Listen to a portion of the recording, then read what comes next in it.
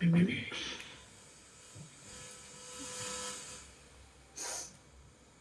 कहते हैं? दीदी सुबह भी इतनी अच्छी वाणी लग रही थी, और आज भी दीदी ऐसे लग रहा है गुरु हमारे सामने बैठा और हमें हिला रहे हैं पकड़ पकड़ करो करो। कितना मतलब सामने के कितने आधार लिए बैठे थे हम, तो सिर्फ भगवान का याद आ रहा है। अब नहीं बोलता मैं इतना। बाकी बैसाखी का कितना अच्छा उदाहरण बताया है कि जो जेंट्स हैं वो कमाने जाएं और औरतें घर का काम करें, तो भी उन्होंने कभी ये नहीं सोचा होगा कि ये डिपेंड ही हो जाएंगे एक दूसरे के ऊपर। डिपेंड ही तो हो गए, मतलब जिसने भी बनाई होगी कभी। क्योंकि पुराना भी देखो तो ऋषि मुनियों का भी देखो तो वो कमाते नहीं, वो तपस्या कर रहे हैं और या भिक्षा ले रहे हैं, और औरतें घर का काम कर रही हैं। शुरू से यही देखा है माहौल। अब नहीं है ऐसा। कहते हैं अभी हम लोग वहाँ गए थे चेरापूंजी साइड में, तो वहाँ पर लेडीज दुकान पर बैठती है और जेंट्स घर का काम करते हैं। शादी होती है तो लड़का आता है लड़की के घर, उसकी विदाई होती है। लड़की अपने ही घर रहती है, जैसे लड़के रहते हैं ना यहाँ पे। वहाँ देखा सभी दुकानों पे लेडीज बैठी थी। तो प्रथा किसने बनाई है? हमने ही बनाई है। फिर यहाँ पे इस प्रथा से कोई मतलब नहीं है, लेना देना नहीं है, पर यहाँ है कि हम एक दूसरे का आधार लेकर बैठे हैं। जेंट्स भी लेडीज के बिना अधूरा है, ये भी ध्यान रखना। केवल लेडीज नहीं है, वो भी उसके बिना अधूरा है। तो अधूरे का मतलब क्या है? बोला एक दूसरे के सहयोगी बनो, पर एक दूसरे का आधार नहीं लो। दोनों में थोड़ा सा अंतर है, क्योंकि सबके होने से घर अच्छा चलता है। एक दूसरे के सहयोगी बनते हैं तो पता नहीं लगता घर का काम कैसे हो जाता है। पर एक दूसरे अगर वो नहीं है तो घर में झाड़ू ही नहीं लगेगी। स्त्री नहीं है तो पुरुष झाड़ू नहीं लगाते घर में। क्यों लगा सकते हैं? अपना ही तो घर है। और अगर मान लो वो कहीं गया है तो वो भी काम कर सकती है, बैंक का काम है, कोई और काम है, कर सकती है ना। तो गुरु ने एक दूसरे का सहयोगी बनाया है, पर हम एक दूसरे का आधार लेकर बैठे थे। बात को समझना सही से बहुत ज़रूरी है। ये नहीं कहा कि भाई तुम साथ नहीं रहो या सहयोग नहीं करो। सहयोग करो भले एक दूसरे का। अब रसोई का काम है, एक दूसरे का सहयोग करोगे तो जल्दी से हो जाता है। और बिल्कुल डिपेंडेंट रहेगा कोई भी तो नहीं हो पाता फिर। तो यहाँ पर गुरु हमें सहयोग करना सिखाता है, लेकिन डिपेंडेंट होना नहीं। डिपेंडेंट तो बोला होना अपने आप में एक अपाहिज होना है। अपाहिज व्यक्ति होता है ना, दूसरे का सहारा लेके चलता है। और गुरु हमको कहता है अपना सहारा लेके चलो। ज़रूरत पड़े तो किसी को सहारा दो भी, ज़रूरत पड़े तो सहारा लो भी। लेकिन अभी तुम्हें ज़रूरत नहीं है तो तब भी तुम्हारी आदत ही पड़ जाती है ना सहारा लेने की। जिनकी छड़ी पकड़ने की आदत पड़ गई है, स्टिक लेके चलते हैं, चल पाते हैं आराम से, पर आदत हाथ ने ऐसे डाल ली है, पकड़ना ही है। फिर वो बिना उसके नहीं चल पाते। वो कहते पता नहीं मुझे कुछ खालीपन सा लगता है। स्टिक पकड़ के चलने की आदत ही बन गई है। तो वही हर मनुष्य की आदत है, जिसने जिसका आधार ले लिया। और अगर आधार ही लेना है तो भगवान का लो, क्योंकि इससे बड़ा कोई आधार नहीं है। भजन में तो तुम गाते हो, आरती में भी गाते हो, प्रभु तुम ही हो मेरे आधार। लेकिन आधार भगवान का नहीं लेते, आधार लेते हैं दुनिया के सब लोगों का। और गुरु ने बोला तुम भगवान का आधार लो, तो फिर सच्चा आधार वही है और हर रूप में वो तुम्हारी मदद करता है। ये भी ध्यान रखना, भगवान हर रूप में हमारी मदद कर रहा है।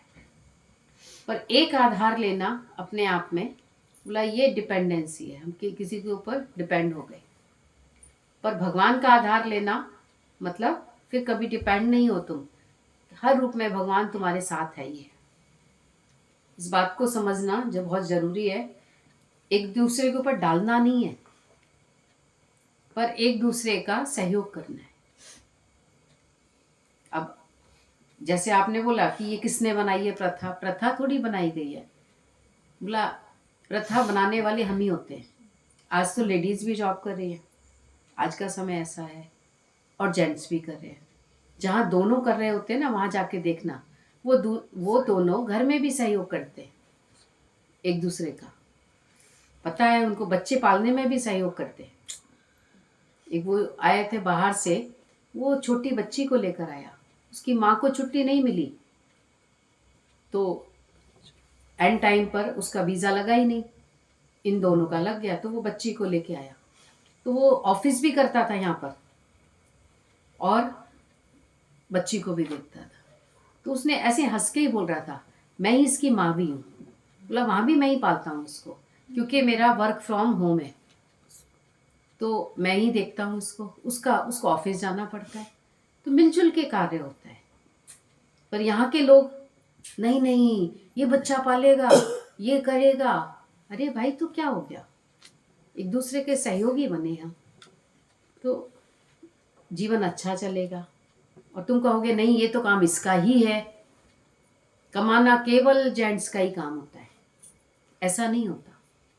जरूरत पड़े तो साथी हाथ बढ़ाना, एक अकेला थक जाएगा, मिलकर बोझ उठाना। बोला जरूरत पड़े तो दोनों भी जॉब कर सकते हैं।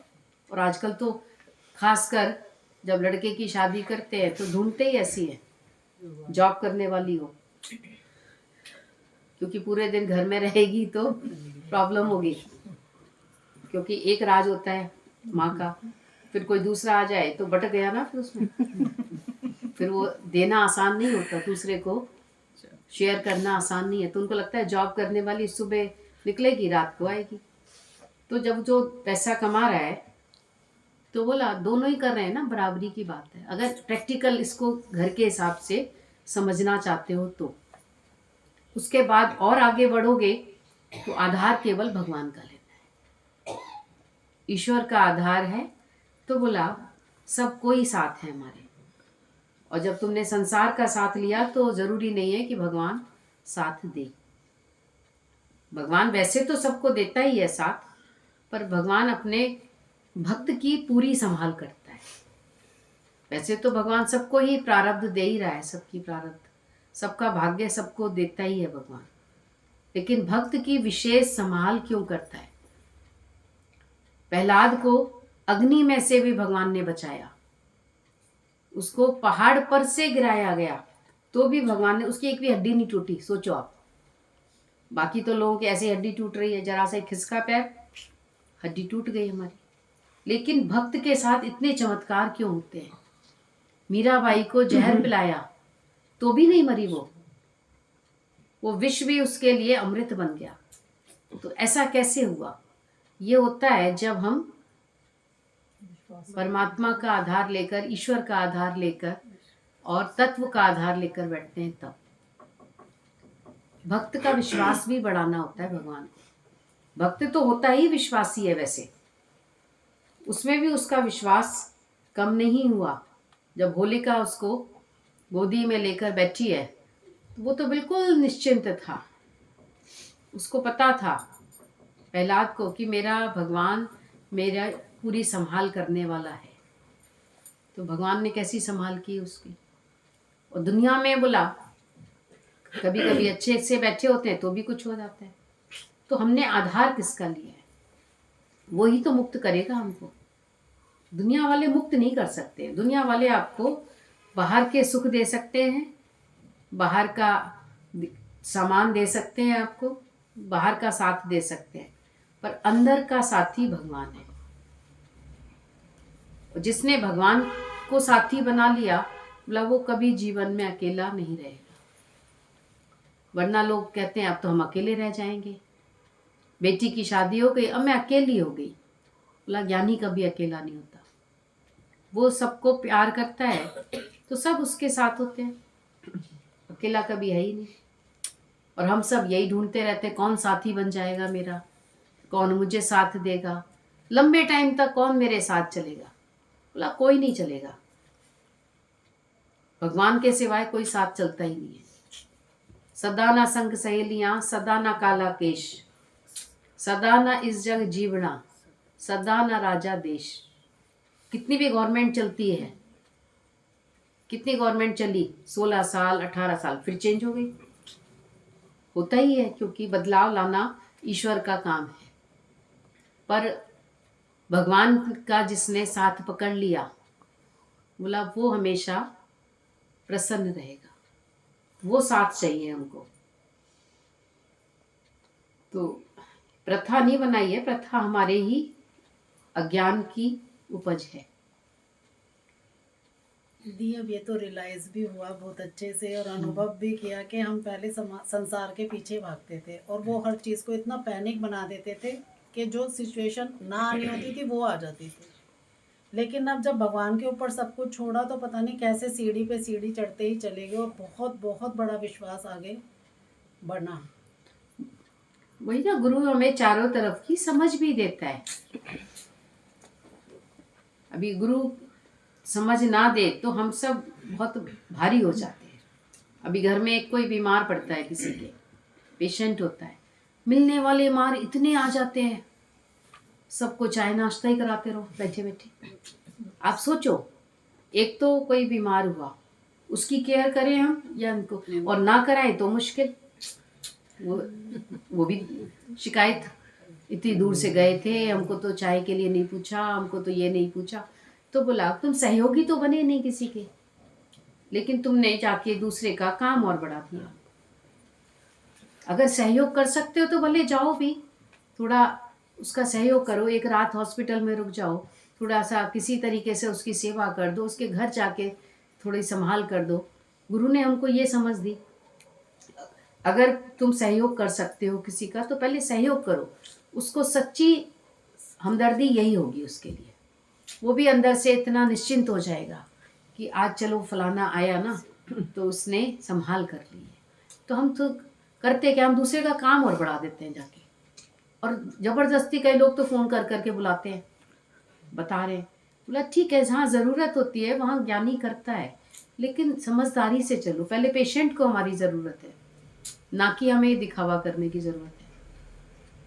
नहीं सबको बताना ज़रूरी था ना, मैंने सबको फ़ोन कर दिया, तो अपना ही काम बढ़ाया तुमने, सबको फ़ोन करके। बैठे हॉस्पिटल में होगे, ध्यान रहेगा उसने खाना खाया नहीं खाया, उसने नाश्ता किया नहीं किया, तो डबल टेंशन हो जाती दिमाग में। और गुरु ने हम सबको बोला किसी को टेंशन दो मत, अगर कर सकते हो तो किसी को जाकर चिंता मुक्त करो, किसी के हमदर्द बनो, सिरदर्द नहीं। तुम तो बोला बिना ज्ञान के सब सिरदर्द बने बैठे हुए, बोझ हैं। बोला ज्ञानी किसी के ऊपर बोझ नहीं होता, ना किसी को बोझ देता है जाकर, और ना किसी के दिखावे में आता है।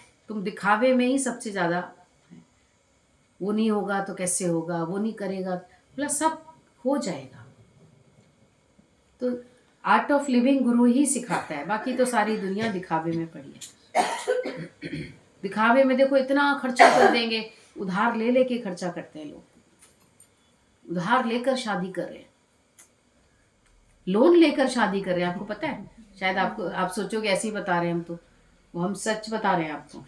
एक व्यक्ति ने बोला मैंने 20 लाख का लोन लिया शादी के लिए, अब गया तो हनीमून पे, पर चिंता हो रही है कि किस्त तो देनी है मुझे पहले शादी की। अब वो कहाँ वहां पे एंजॉय करेगा बताओ, और सच्चाई है ये, किस्त देने की चिंता हो रही है। घुमाने तो ले गया उसको, पर पहले अब महीने लौट के आऊंगा तो किस्त कहाँ से भरूंगा, दिखावा भी करना था। तो क्या किसने कहा था तुमको इतना दिखावा करने का? अरे सिंपल तरीके से कर लेते, शादी तो शादी होती है, जब हो जाए पैसा तो एक बड़ी कोई पार्टी कर देते जब तुमको करनी हो तो। पर लोग क्या कहेंगे, लोग क्या कहेंगे, लोग तुम्हारी किस्त भरने नहीं आएंगे। आएंगे या बता दो, लोग नहीं आते। तो हम सब इसी बात में बहुत फंसे रहते हैं, लोग क्या कहेंगे। बोला लोग तो फिर कुछ ना कुछ कहते ही हैं, पर तुम भी तो देखो कि तुमको क्या करना चाहिए, तुम्हारी पॉकेट कितना अलाउ करती है। तो गुरु अपने, वो कहते हैं ये पहले छोटेपन से सुनते आ रहे होगे कहावत, उतने पाँव पसारिए जितनी लंबी चादर तुम्हारी हो। तुमने तो इतने फैला रखे हैं, चादर छोटी पड़ गई, क्या जरूरत थी इतना करने की। तो सब समझदारी से चलो, जहाँ जो करना है समझदारी से सहयोग करो, पर आधार मत लो किसी का। तुम यहाँ सैर करने आया है, अपने निश्चय के आनंद में रहो। अब निश्चय क्या करना है, निश्चय ये करना है, काम ये उतारना है कि आज ही जो बात चल रही है कि हमको भगवान का ही आधार लेना है, ये काम उतारना है। एक एक कार्य करते जाओगे तो काम सब निपट जाते हैं घर में। कभी कभी काम अचानक से बहुत फैल जाते हैं ना, काम वाली भी नहीं आई, लाइट भी चली गई, दूध वाला भी नहीं आया, आज बहुत सारे काम हो गए एक साथ, सब करने ही है। बोलो कोई बात नहीं, सब हो जाएंगे, एक एक करके करते जाओ, सब काम हो जाएंगे। पहले लोग करते नहीं थे घरों में, सब काम खुद ही तो करते थे। कौन सा किसके घर में कौन सी कोई काम वाली आ रही थी, बल्कि चक्की भी चलाते थे, सब काम करते थे, घरों में सब होता था। अब आजकल काम तो कम करते हैं, शोर ज़्यादा मचाते हैं, शोर मचाएंगे, क्या हुआ क्या हुआ। बोला ना हमारे भारत में अगर लाइट ना आए तो वहाँ नहीं पूछेंगे, ऑफिस इलेक्ट्रिसिटी ऑफिस में नहीं पूछे, पड़ोसी से पूछेंगे तुम्हारे घर लाइट आ रही है, और उसके घर लाइट आ रही है तो खलबली मच गई, फिर तो हमारी लाइट है, और उसके घर भी नहीं आ रही है, सो जाओ आराम से, फिर सही है। और बाकी देशों में लाइट गई तो इलेक्ट्रिसिटी ऑफिस में, वहाँ पे पावर हाउस में फ़ोन करते हैं, भाई लाइट क्यों गई है, कब आएगी।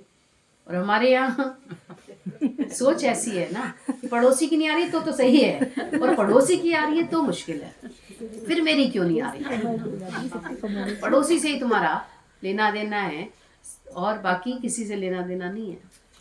उसके घर में हो रहा है ऐसा तो ठीक है, ऐसे नहीं है। समझदारी रखो कि हमें करना क्या है, तो अपने निश्चय में के आनंद में रहो, हर क्षण को एंजॉय तभी कर पाओगे। निश्चय ये करना है कि मैं आया भी अकेला और जाऊंगा भी अकेला, ये पक्की बात है, ये निश्चय की बात है अभी की अभी, बाकी सब सहयोगी हैं यहाँ पर। तो अपने निश्चय का आनंद लो। तुम निश्चय कर लिया कि भगवान हमारी अंत तक संभाल करेगा, ये निश्चय करना है हमको, तो कर ही रहा है भगवान। ये बोला ना सब कुछ दे रहा है भगवान, सबको सब कुछ दे रहा है, पर कोई भी मनुष्य संतुष्ट नहीं है। आपको लगेगा वो ज़्यादा संतुष्ट होगा जिसके पास बहुत बड़ी कार है, उससे पूछो तुम संतुष्ट हो, नहीं मुझे तो अभी और लेनी है बड़ी। उस दिन भी किसी ने बोला 1 करोड़ की कार में घूमता है वो, 1 करोड़ की कार में, और पैसा उधार लेके चल रहा है। तो किसने बोला तुमको ये करने के लिए, पर मन नहीं मानता, मन है कि मानता नहीं। तो ऐसा मन बोला गुरु ने फिर इसको सुमन बना दिया। अरे समझदारी से चलो, जितनी ज़रूरत है उतना करते हैं। ऐसे थोड़ी 1 करोड़ की कार में बैठेंगे तो जल्दी पहुंच जाएंगे हम कहीं, रोड तो वही है, उसी रोड पे चल के जाना है सबको। तो जितना ज़रूरत है उतना हम करते हैं, और सब कुछ तो दिया है भगवान ने, क्या कमी रखी है। बल्कि दादा क्या बोलते थे, दादा कहते थे मैं तो 50 लाख की कार में जाता हूँ। दादा 50 लाख की कौन सी कार है आपके पास उस समय में, आज से 50 साल पहले, 60 साल पहले, 70 साल पहले दादा जाते थे बस में, कहते थे मेरी कार ऐसी है अगर खराब हुई तो मैंने वहीं छोड़ दी और मैंने दूसरी मंगा ली, तुरंत से चल दो, और अपनी होगी तो वहीं खड़े रहोगे तुम, ठीक करानी भी ज़रूरी है, ले जानी भी ज़रूरी है। तो ज्ञानी तो हर हाल में खुश है, कहने का मतलब ये है वो हर हाल में खुश है। और गुरु ने हमारे सब दुखों का अंत कर दिया। आज है बसंत, तो बसंत का मतलब क्या है? बस अंत। अब अज्ञान का अंत करो आज से। अब बोला अपने अंदर से लोभ का अंत करो, विकारों का अंत करो, तो प्यार के फूल खिलेंगे, तो ज्ञान के फूल खिलेंगे। अभी जाकर देखो खेतों में तो सरसों बहुत दिखेगी तुमको, पीली पीली सरसों चारों तरफ दिखेगी आपको। अभी हम लोग पता नहीं कहाँ गए थे तो सरसों ही सरसों दिख रही थी। तो बोला क्योंकि मौसम बहुत बढ़िया है, तो गुरु मिल जाता है तो जीवन भी बहुत बढ़िया हो जाता है, और गुरु हमारे सब दुखों का अंत कर देता है। बसंत और कुछ नहीं है, बसंत माना ज्ञान जिसके पास है उसके पास सब दुखों का अंत है। सरस्वती की पूजा है आज, तो सरस्वती कौन है? ज्ञान की देवी है। आपको पता है लक्ष्मी जी खड़ी रहती है, सरस्वती हमेशा बैठी रहती है। खड़े हुए व्यक्ति का भरोसा नहीं कब चला जाए। अगर कोई खड़ा हो ना इधर उधर कहीं सत्संग सुन रहा हो, थोड़ी देर बाद देखेंगे अरे वो खड़ी थी कहाँ गई, वो चली गई। और जो बैठी है तो बैठी वाली को तो उठने में भी टाइम लगेगा। बैठी वाली तो दिखेगी सबको। तो लक्ष्मी जी चंचल हैं, खड़ी रहती है हमेशा, कभी इधर इसके पास कभी इसके पास। पर जिस सरस्वती जिसके पास है, ज्ञान है, एजुकेशन है, एजुकेशन से भी जुड़ी हुई बात है ये, और ये ब्रह्म ज्ञान से भी जुड़ी हुई बात है। जिसके पास एजुकेशन है बोला वो कहीं ना कहीं उसको जॉब मिल ही जाएगी। और कोई डिग्री नहीं होगी तुम्हारे पास तो तुम्हें कहाँ जॉब मिलेगी? फिर पढ़ना ज़रूरी है बच्चों के लिए, डिग्री होना ज़रूरी है। एक कहीं भी जाओगे तो जॉब कब मिलेगी? डिग्री के बिना, चाहे तुम कितने भी टैलेंटेड हो, पर डिग्री के बिना जॉब नहीं मिलेगी। तो गुरु ने भी हमको बोला ये ज्ञान में अपने मन को लगाओ। एकदम से मन नहीं लगता, हमें पता है कि एकदम से कहाँ लगेगा। जिसका मन इतना चंचल है संसार में, उसका मन ज्ञान में कैसे लगेगा? उसको हर वक्त माया से ही लेना देना है, उसको भगवान से लेना देना कैसे आसान थोड़ी ना है। पर जब एक बार मन बना लेते हैं तो मन ठहर भी जाता है। मन ऐसा है कि इसको जिस रंग में लगा दोगे उसी रंग में चला जाएगा। इसको साधु संग में रख दोगे तो साधु का संग अच्छा लगेगा। फिर जब इसको माया में ले जाओगे तो माया का रंग भी बहुत अच्छा है। देखो लाखों करोड़ों लोग कमा रहे हैं, अरे मैं भी तो कमा सकता हूँ। बोला तेरे भाग्य में होगी माया, ध्यान रखना। माया मिलती है भाग्य से, पर भगवान मिलता है पुरुषार्थ से। ज्ञान मिलता है एफर्ट करने से। एजुकेशन मिलती है जब कोई पढ़ाई करता है तब। और बाकी जो धन है वो प्रारब्ध के हिसाब किताब है। तो प्रारब्ध पर केवल ठहरना, बोला ये ज्ञान की निशानी नहीं है। ज्ञानी तो हमेशा पुरुषार्थ करता है।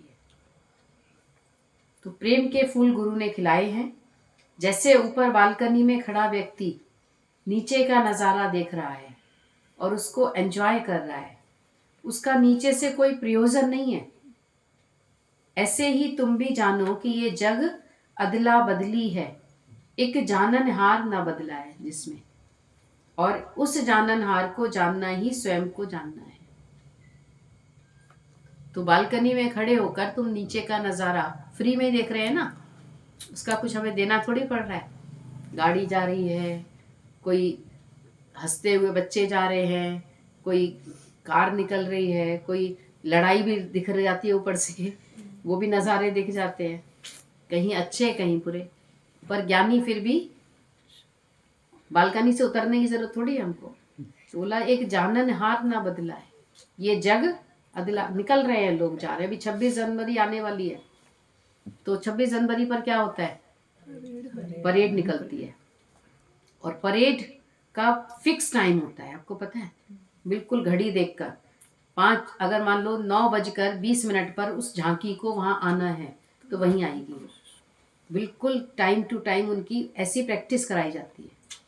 और वहीं पर खड़े होकर राष्ट्रपति और प्रधानमंत्री बैठे होते हैं, सबको सलामी दे रहे होते हैं, और परेड उनके सामने से निकलती जाती है ऐसे करके। अभी उनका अगर मन करे ये वाली झांकी हमको थोड़ी देर और देखनी है, थोड़ा देखना है, ध्यान से समझना है इसको मुझे। बोला नहीं कर सकते हो, निकलना है।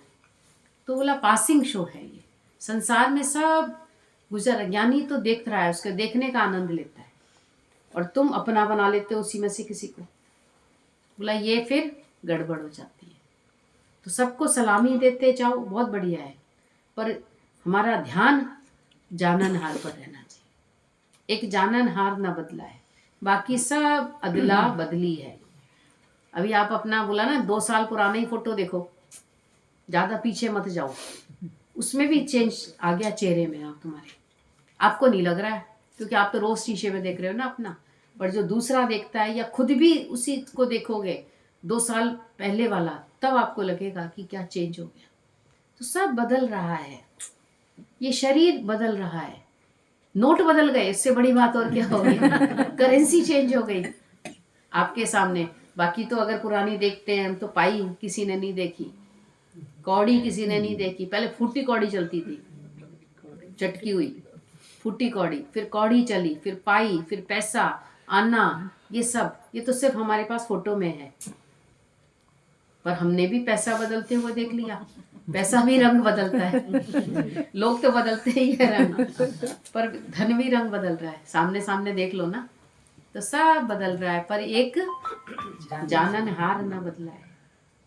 500 के नोट की वैल्यू 500 ही है आज भी, बस रंग बदल गया उसका खाली।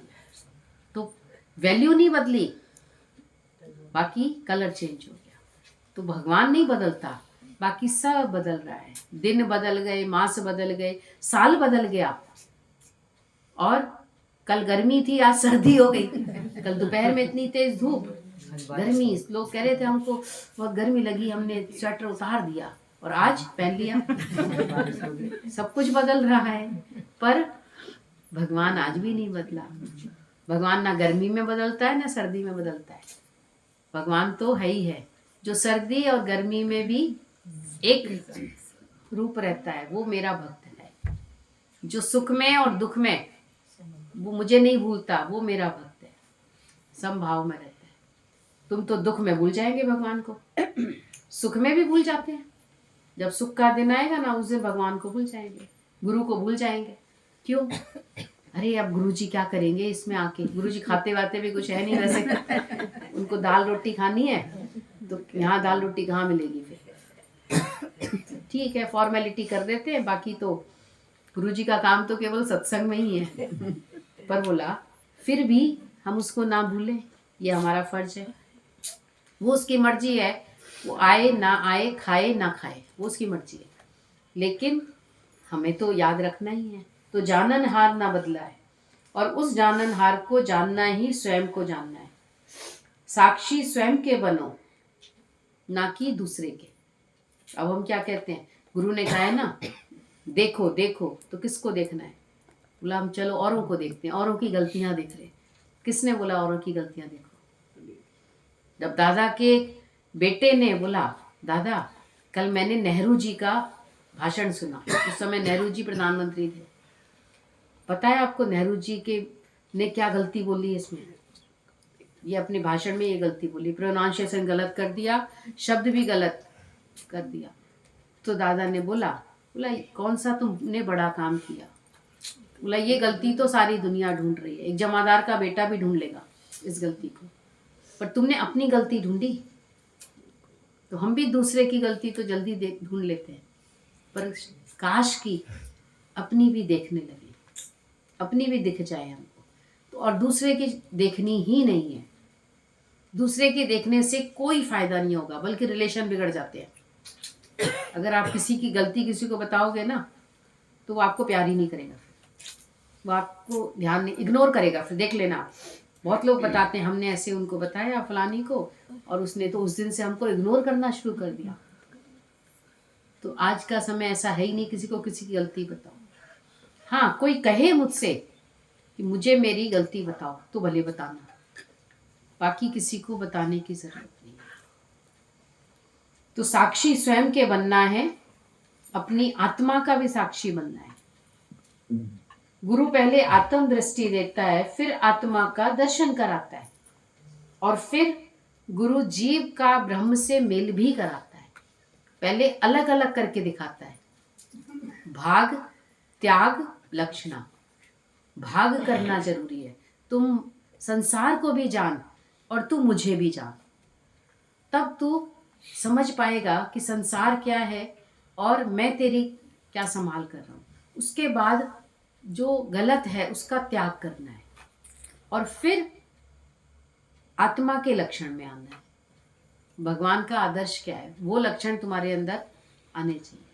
तो यहाँ बोला पहले वो जीव ब्रह्म को अलग करके दिखाता है, फिर जीव का ब्रह्म से मेल भी कराता है। वो जरूरी भी है। अगर अलग अलग नहीं जानोगे तो तुम मिक्स कर दोगे। गुड़ गोबर एक जैसे ही होता है ना। गोबर देखा है, पहले तो गुड़ की शेप वही आती थी गोबर वाली। आज भी आती है। अब तो डिफरेंट डिफरेंट शेप में आने लगा। छोटी बट्टी में कर दी से। अब तो लोग खाते नहीं ना फिर उस शेप का। थोड़ा लोग भी तो चूजी हो गए। पहले तो कहते थे भैया ठीक है कोई बात नहीं। आजकल पैसे ही इसी चीज के शेप बनाने के। आज किस चीज का, आज घर में इतना इंटीरियर कराने का पैसा क्यों जा रहा है? क्योंकि सबको डेकोरेशन, सुंदरता चाहिए ना। सुंदरता भी जरूरी है, तो उसका भी तो पैसा देना पड़ेगा तुमको। नहीं तो बोला सब गड़बड़ हो जाएगा। अब तुम तो मिक्स कर देंगे, गुरु भी वही है फलाना, क्योंकि गुरु जी ने कहा ना सब में ही भगवान है। अब सब में भगवान का मतलब क्या है? बोला तुम किसी से गलत नहीं चलोगे। सब में भगवान का मतलब सिर्फ इतना ही है और कुछ नहीं है। अब ये नहीं उसके साथ बनकर ही बैठ जाओ, तू भी भगवान है मैं तो तेरे साथ ही रहूंगा। किसी ने कहा कि बोला गुरु ने कहा है भगवान है तो किसी को भी अपने घर ले आए हम, तो ये भी भगवान ही है। तो इतनी समझ भी दी है गुरु ने। तो राजा और रानी दोनों ज्ञान लेने गए गुरु के पास, तो गुरु ने ज्ञान यही दिया, तत्व ज्ञान, कि है ही भगवान। अब राजा स्थूल बुद्धि का था, मोटी बुद्धि का, और रानी की बुद्धि सूक्ष्म थी, तो वो समझ गई भगवान का मतलब क्या है। अब राजा जब महल में गया तो उसने दासी को भी अपने पलंग पे बिठा लिया, और जो भी आए, नौकर आए, सेवक आया, उसको बिठा लिया। दासी के साथ भी कहता है मैं तो, तू भी भगवान है, रानी भी भगवान है, अब तो हम सो सकते हैं। अब तो और बिगड़ गई बात। अब रानी ने जाके संत को बताया, बोला ये ज्ञान इसने ऐसे ऐसे उल्टा उठा लिया। तो संत ने बोला कोई बात नहीं है, मैं आऊँगा तुम्हारे घर, कल भोजन पे आ रहा हूँ। भोजन बनाया आ गया। बोला भोजन में से जो वेस्ट निकलता है, जैसे आटे में से भूसी निकलती थी, और सब्जी का छिलका, बहुत सारी चीज़ें होती है, वेस्ट भी होती है ना हमारे उसमें, लोग सब संभाल कर रख लेना एक थाली में। तो रानी ने बोला ठीक है जैसे आप कह रहे हैं। और जब जैसे ही भोजन पर बैठा राजा और संत दोनों, तो पहले भोजन आया तो राजा ने खुद ही कहा संत को परोसो, भाई गुरु है मेरा। पहले संत को दिया गया। फिर दूसरी थाली आई तो राजा के सामने रखी गई। उस थाली में वो सारा वेस्ट था जो सब निकला था सब्जियों में से या जो आटे में से जो जो वेस्ट निकला था। अब उस खाने को देखकर राजा एकदम तहस में आ गया, गुस्से में आ गया, और रानी की तरफ देखने लगा, ये कोई भोजन खाने का है? ये मैं खाऊंगा? ये मैं खाता हूँ? तो संत ने बोला शांत हो जाओ, ये भोजन तो है ना, पहले ये ध्यान से देखो, ये भोजन है ना? बोला हाँ भोजन तो है। किसका भोजन है ये? बोला ये जानवर का भोजन है। भोजन तो है ना, तुम खा लो इसको। बोला ये मैं थोड़ी खा सकता हूँ, ये जानवर खाएगा। तो बोला यही तुमको बताना था कि भगवान है, पर भगवान में भी हमको कैसे समझदारी से बर्ताव करना है। तो भगवान का मतलब है हम किसी के साथ गलत सलूक नहीं करेंगे, गलत व्यवहार नहीं करेंगे, और कुछ मतलब नहीं है भगवान होने का। और हम भगवान होने का मतलब क्या रखते हैं? सबसे फायदा लेना। फायदा क्यों लेंगे हम किसी से? हमको गुरु ने, हमारा परमात्मा ने हमें बहुत दिया है, गुरु ने, हम क्यों किसी से ले? ज्ञानी किसी से लेता नहीं है, प्रेम रखता है सबसे, प्रेम का व्यवहार है, सबके दुखों को दूर करता है, लेकिन किसी से मांगना उसका काम नहीं है। वो हमें ही राजा बना रहा है तो वो क्यों मांगेगा? तो ज्ञान को सूक्ष्म बुद्धि से समझा जाता है, ना कि स्थूल बुद्धि से। सुंदर मेला कर दिया जब सतगुरु मिले दलाल, क्योंकि जिसने वो रास्ता दिखाया वो अगर साथ में है तो भटकने का डर भी नहीं होता। गुरु ही हमें बताता है कि तुम खुद को दासी पुत्र समझकर बैठे हो। तुम हो सूर्य पुत्र। कौन था सूर्य पुत्र? कर्ण। लेकिन और बहुत ही वीर था कर्ण। सबको पता भी होगा कर्ण के बारे में, अगर जानना चाहो तो, कि कर्ण जो था अर्जुन से भी ज्यादा वीर था एक्चुअल में। लेकिन फिर भी वो अपने को दासी पुत्र क्यों मानता था? क्योंकि दासी के घर में उसका पालन पोषण हुआ, तो उसके अंदर वो ही लक्षण आ गए दासी पुत्र वाले। जैसे दासी का पुत्र कैसा होगा? बोला हमेशा डरा रहेगा, हमेशा ऐसे रहेगा, झुका हुआ रहेगा, यूं करके। दासी का पुत्र कभी भी, बोला सब कुछ होने के बाद भी उसके अंदर वो खुनकी नहीं हो सकती जो एक राजा के पुत्र में होगी। अहंकार हो सकता है, अहंकार और खुनकी में अंतर है। अहंकार आ जाता है बहुत जल्दी आजकल किसी छोटे व्यक्ति को अगर धन मिल जाए ना, उसकी लॉटरी निकल आए, तो वो अहंकार में अंधा हो जाता है। पर जो अमीर होता है उसकी भी लॉटरी निकल आए, वो सब धीरज में रहता है। तो वो दासी पुत्र अपने को मानता था, लेकिन भगवान कृष्ण के आते ही उसके अंदर शक्ति आ जाती थी, क्योंकि भगवान कृष्ण ही जानते थे इस रहस्य को। वो हमेशा कहते थे, वो उनके भी चरण छुए, उठो सूर्य पुत्र। तो सूर्य पुत्र कहने से ही उसके अंदर शक्ति आ गई। तो बोला हम भी वो सत्य स्वरूप परमात्मा है, लेकिन कोई नहीं जानता ना, क्योंकि जिंदगी भर हमने अपने को जीव माना है। बचपन से सबने बोला तू लड़की है, तू लड़का है, तू बहू है, तू बेटी है, तुम फलाने हो, तुम फलाने हो। तो अंदर में बोला कभी भगवान पढ़ने की बात ही नहीं आई, और घबरा जाते थे छोटी छोटी बात से। एकदम घबराना नहीं है, हिम्मत रखनी है। हिम्मत मर्दा तो मद दे खुदा। तो सूर्य पुत्र होने का सुख तुम नहीं ले सकोगे अगर तुम अपने को दासी पुत्र मानते हो। तो मुख की मौन चित्त की मौन हो जाती है, क्योंकि शोर तो मन बुद्धि का है, आत्मा तो है ही शांत, और ये अंदर की शांति, तृप्ति और मुक्ति सहज ही प्राप्त हो जाती है। नहीं तो इंसान किसी भी दृष्टि से कभी संतुष्ट नहीं होता। तो है शांति मन में, तृप्ति है और मुक्ति, तीन चीज बताई गई है। तो बोला ये सहज ही प्राप्त होती है जब तुम अपने स्वरूप में रहते हो। तेरा शांत स्वरूप है, पर शांत स्वरूप क्रोध में क्यों बदल जाता है? जब हम विकारों का संग करते हैं, जब हम संसार का संग करते हैं तो क्रोध में आ जाते हैं। फिर गुरु याद करता है तू सूर्य पुत्र है, फिर कराता है याद। तो शांति, तृप्ति और मुक्ति बोला अपने स्वरूप में रहने से आती है, यानी अपने को जानना।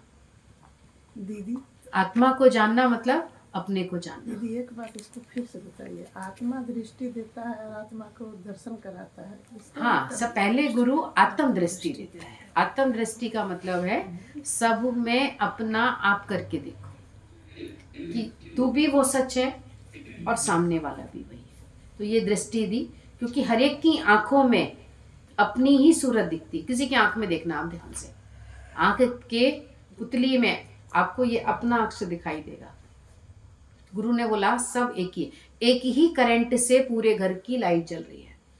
पंखा भी उसी करंट से चलता है, गीजर भी उसी करंट से चलता है, एसी भी उसी करंट से चलता है। एसी ठंडक देता है और गीजर गर्म पानी देता है, हीटर गर्मी देता है।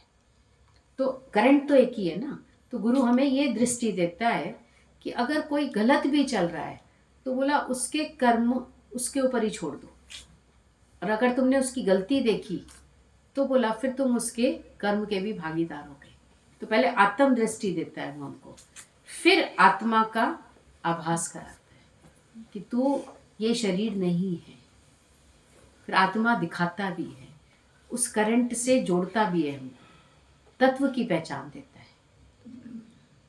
वरना हम तो क्या सोचते थे, बोला हीटर जल रहा है तो कहीं दूसरा करंट आ रहा होगा शायद कहीं से, और अगर एसी चल रहा है तो एक ही करंट है। साइंस ने बोला बताया है, अगर जो बच्चे साइंस पढ़ते हैं वो जानते हैं करंट, बोला सब वायर को जानते हैं, सब इंस्ट्रूमेंट्स को जानते हैं, लेकिन करंट की परिभाषा जानते हुए भी करंट का जो है अनुभव किया जाएगा। करंट दिखता नहीं है, वायर दिखती है, वायर के थ्रू आता है वो यूं करके, ठीक है, लेकिन करंट दिखता नहीं, क्योंकि करंट अदृश्य है। तो वो परमात्मा अदृश्य है, दिखते हैं सब पुतले, तो सब भगवान का ही तो रूप हुए, उसी के थ्रू तो हमें भगवान मिलता है। फिर अभी हम भगवान को खोजने कहाँ जाएं? पहाड़ों पे जाते हैं लोग, मंदिरों में जाते हैं, जंगलों में जाते हैं, सब भटक रहे हैं। पर गुरु ने बोला सबके अंदर अपनी ही सूरत दिखती है, मतलब कि हम सब एक ही हैं। किस किस रूप में भगवान आता है हमारी मदद करने? आता है नहीं आता है? तो साकार ही तो रूप लेके आता है भगवान, है वो निराकार, लेकिन मदद करने के लिए उसको साकार रूप धारण करना पड़ता है। ठीक है,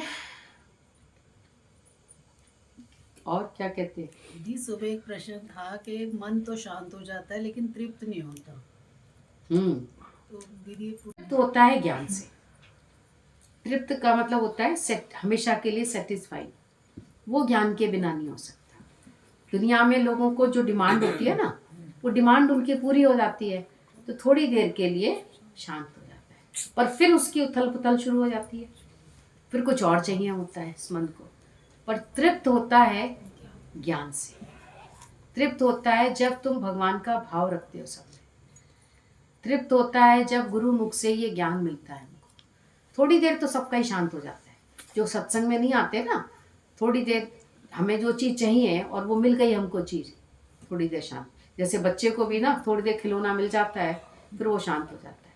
थोड़ी देर बाद उस खिलौने से भी बोर हो जाता है, फिर उसको दूसरा खिलौना चाहिए। पहले देखो छोटा मोबाइल आया, उससे बड़े सेटिस्फाइड नहीं थे। ओहो कितनी बढ़िया चीज़ आ गई, इसको तो पर्स में रख के कहीं जाते हैं, सुन लेते हैं ऐसे करके। फिर उसके बाद बड़ा मोबाइल चाहिए था थोड़ा, वो आया ब्लैकबेरी वाला, उसके आईपैड की तरह उसके वो थे, तो वो भी अच्छा, वो बेस्ट मोबाइल था उस वक्त में। अब उसके बाद में फिर ये आ गया, एंड्रॉयड आ गया, फिर आईफोन आ गया, गूगल फोन आ गया। अभी भी सेटिस्फाइड नहीं है, थोड़ी देर तृप्त हो जाते हैं जब कोई चीज़ नहीं आती है ना, बहुत अच्छा है बहुत अच्छा है। उसके बाद फिर नया लॉन्च होता है ना जब, फिर बच्चों का मन कितना कुलबुलाता है और इतने परेशान होते हैं, हमको ये दिलवा दो, हमको यही चाहिए यही चाहिए, और अपने हाथ में पैसा होता है तो ले भी आते हैं सबसे। लेकिन थोड़ी देर के लिए शांत होता है, उसके बाद फिर नई चीज़ आते ही मन अशांत होने लगता है कि ये भी चाहिए मुझे। और अब आज ज्ञान के बाद सेटिस्फाइड है, ठीक है ना, सुनना ही तो है, इससे भी सुन सकते हैं, बस क्लियर आवाज़ आनी चाहिए, कोई प्रॉब्लम ना हो, बस इतना ही चाहिए हमको खाली। पर बिना ज्ञान के नहीं, इतनी बड़ी स्क्रीन वाला चाहिए, फिर आईपैड चाहिए, फिर लैपटॉप में भी सेटिस्फाइड नहीं है। कभी बड़ा आ गया तो बड़ा चाहिए, छोटा आ गया तो मतलब सेटिस्फाइड होता ही नहीं कभी। अब ज्ञान के बाद हमारा काम चल रहा है ना, कोई बात नहीं, ठीक है बस। और अगर पैसा है तो भले चेंज भी कर लेते हैं, वो भी मना नहीं है, लेकिन सेटिस्फाइड रहो हर बात में। अज्ञानी कभी सेटिस्फाइड नहीं होता, बिना ज्ञान के तो मन चाहिए ही चाहिए। कहाँ कहाँ घुमाए भाई, बोला अभी और चलो, और कहीं और चल रहे हैं, अब छुट्टियां पड़ रही हैं, अब कहाँ जानी है बताओ, अब नई जगह जाएंगे। बोला फिर घूम आए, फिर अब दोबारा छुट्टियां आने वाली हैं, अब कहाँ जाएंगे, अब कुछ ढूंढेंगे, फिर और वहाँ जाएंगे। तो यानी कहीं भी मन सेटिस्फाइड नहीं है। हर पल तुम्हारी याद आती रहे राघव, आती रहे। हर पल तुम्हारी याद आती रहे राघव, आती रहे। तेरी छवि मन में समाती रहे। हर